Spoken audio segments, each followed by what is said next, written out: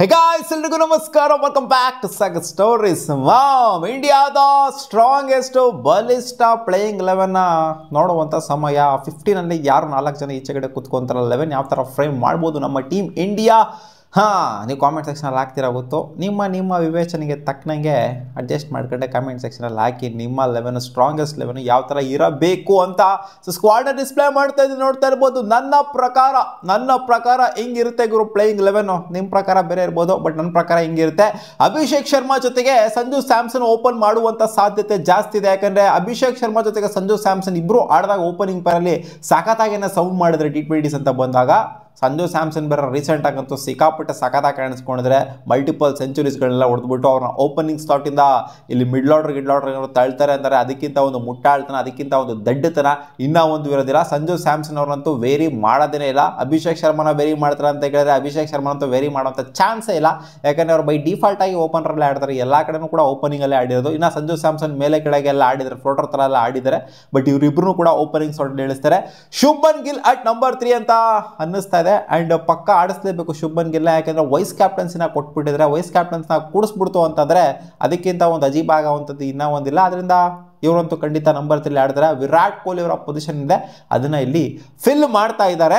And number 4 Suryakumar Yadav ಅವರು ಆಡ್ತಾರೆ. Obviously captain ಆಡಲೇಬೇಕು. ಆ್ಯಂಡ್ ನಂಬರ್ 4 ಇವರು ಜಾಸ್ತಿ ಬರುವಂಥದ್ದು. ಒಂದೊಂದು ಸಲ ನಂಬರ್ 3 ಕೂಡ ಬರ್ತಾರೆ. ಬಟ್ ಶುಭ್ಮನ್ ಗಿಲ್ ಇರೋದ್ರಿಂದ ನಂಬರ್ 3 ಅವ್ರಿಗೆ ಕೊಟ್ಬಿಟ್ಟು ನಂಬರ್ 4 ಬರ್ತಾರೆ ಅಂತ ಅಂದ್ಕೊಂಡಿದ್ದೀನಿ. ನಂಬರ್ 5 ತಿಲಕ್ ವರ್ಮಾ ಒಂದೊಂದು time up the order promote ಆಗಿರೋದು ನೋಡಿದ್ವಿ, ಒಂದೊಂದು ಟೈಮ್ ಸಿಕ್ಕಾಪಟ್ಟೆ ಕೆಳಗಡೆ ಬಂದಿರೋದನ್ನು ಕೂಡ ನೋಡಿದ್ವಿ. ಸೊ ನಂಬರ್ 5 ಏನಿದೆ ಈ ಸ್ಥಾನ ಇದೆ ಪಕ್ಕ. ಒಂಥರ ಹಂಗೆ ನೋಡೋಕೆ ಹೋದ್ರೆ ನಂಬರ್ 4 ಕೂಡ ಮಸ್ತಾಗಿ ಆಡ್ತಾರೆ. ಬಟ್ ಸೂರ್ಯ ಇರೋದ್ರಿಂದ ಸೂರ್ಯ ಸ್ವಲ್ಪ ಅಪ್ ದ ಆರ್ಡರ್ ಪುಷ್ ಆಗ್ತಾರೆ, ವೆಯ್ಟ್ ಮಾಡಬೇಕಾಗತ್ತೆ ಕೆಳಗಡೆ. 5ನೇ ಸ್ಥಾನದಲ್ಲಿ ತಿಲಕ್ ವರ್ಮನ ನಾನು ಇಡ್ತಾ ಇದ್ದೀನಿ. ನಂಬರ್ 6 ಶಿವಮ್ ದೂಬೆನ ನಾನು ಇಡ್ತಾ ಇದ್ದೀನಿ, ಅಥವಾ ಹಾರ್ದಿಕ್ ಪಾಂಡ್ಯ ಗೊತ್ತಿಲ್ಲ, ಮುಂದೆ ಬಂದರೂ ಬರ್ಬೋದು. ಆ ಹೆಡ್ಡು ಇಲ್ಲಿ ಲೆಫ್ಟ್ ಹ್ಯಾಂಡ್ ಬ್ಯಾಟ್ ಇರೋದ್ರಿಂದ ಶಿವಮ್ ದೂಬೆ ಬಂದರೆ ಚೆನ್ನಾಗಿರುತ್ತೆ. ಆ್ಯಂಡ್ ಡಿಸ್ಟ್ರಕ್ಟಿವ್ ಬ್ಯಾಟಿಂಗ್ ಆಡುವಂಥ ಎಲ್ಲ ಅಬಿಲಿಟಿ ಇಲ್ಲಿ ಶಿವಮ್ ದುಬೆಗಿದೆ. ರಿಂಕು ಸಿಂಗ್ನ ಹಾಕೊಬೋದು ಬೇಕಂದರೆ. ಶಿವಮ್ ದುಬೆ ಸ್ವಲ್ಪ ಹ್ಯಾಂಡಿ ಆಗಿದ್ದಾರೆ, ಅಭಿಷೇಕ್ ಶರ್ಮನೂ ಕೂಡ ಹ್ಯಾಂಡಿ ಆಗಿದೆ. ಇಲ್ಲಿ ಮಲ್ಟಿಪಲ್ ಬೌಲಿಂಗ್ ಆಪ್ಷನ್ಗಳು ಓಪನ್ ಆಗಿ ಹೋಗ್ಬಿಡುತ್ತೆ.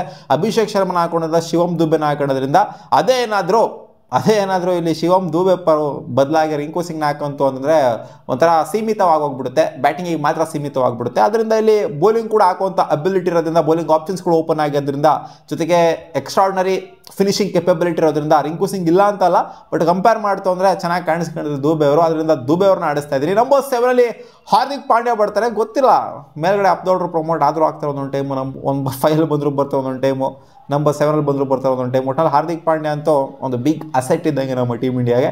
ಆ್ಯಂಡ್ ನಂಬರ್ 8 ಅಕ್ಷರ್ ಪಟೇಲ್ ಹೇಳ್ತಿದ್ದೀನಿ. ಆ್ಯಂಡ್ ಅಕ್ಷರ್ ಪಟೇಲ್ ಗೊತ್ತಿರೋದು, ಇವ್ರನ್ನೂ ಕೂಡ ಫ್ಲೋಟರಾಗಿ ಯೂಸ್ ಮಾಡ್ಕೊಬೋದು, ಹೆಂಗೆ ಬೇಕೋ ಯೂಸ್ ಮಾಡ್ಕೊಬೋದು. ನಂಬರ್ 5 ಬೇಕಾದ್ರೂ ಯೂಸ್ ಮಾಡ್ಕೊಬೋದು ಅಕ್ಷರ್ ಪಟೇಲ.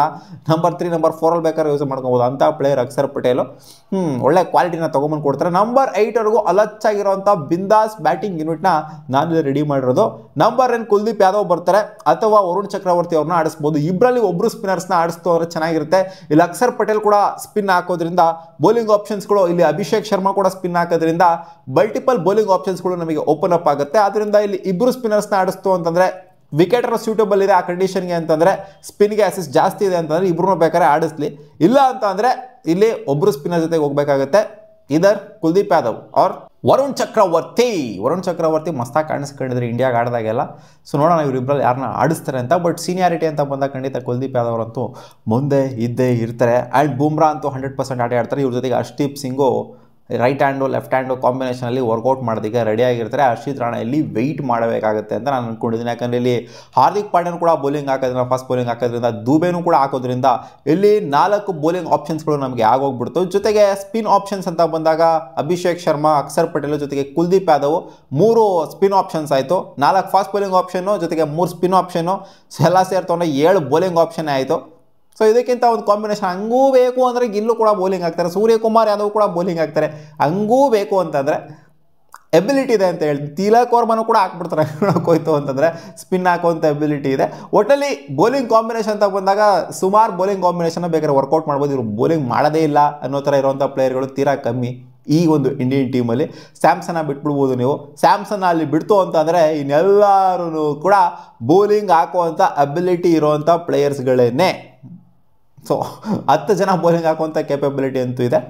ನೋಡೋಣ ಹೆಂಗೆ ತೊಗೊಂಡು ಹೋಗ್ತಾರೆ ಅಂತ. ಒಟ್ಟಲ್ಲಿ ಬೌಲಿಂಗ್ ಅಂತ ಬಂದಾಗ ಯಾವುದೇ ಕಮ್ಮಿ ಆಗಿದೆ ಅದಾಗೋಗ್ಬಿಟ್ಟಿದೆ ಅಂತ ಏನೋ ಅನ್ನಿಸ್ತಾ ಇಲ್ಲ, ಡಮ್ಮಿ ಆಗೋಗ್ಬಿಟ್ಟಿದೆ ಬೌಲಿಂಗಲ್ಲಿ ಅಂತ. ಯಾಕಂದರೆ ಅಷ್ಟು ನಂಬರ್ ಆಫ್ ಆಪ್ಷನ್ಸ್ ನಮಗೆ ಇಲ್ಲಿ ಕ್ರಿಯೇಟ್ ಆಗಿದೆ, ಎಲ್ಲರೂ ಬೌಲಿಂಗ್ ಹಾಕುವಂಥ ಅಬಿಲಿಟಿ ಇರೋದ್ರಿಂದ. ಸೊ ನಿಮಗೆ ಏನು ಅನ್ನಿಸ್ತಾ ಇದೆ ಮಗ ಈ ಒಂದು 11 ಕಾಮೆಂಟ್ ಸೆಕ್ಷನಲ್ಲಿ ಕಾಮೆಂಟ್ ಮಾಡಿ ತಿಳಿಸಿ. ಸಿಗೋಣ ಮುಂದಿನ ವಿಡಿಯೋದಲ್ಲಿ.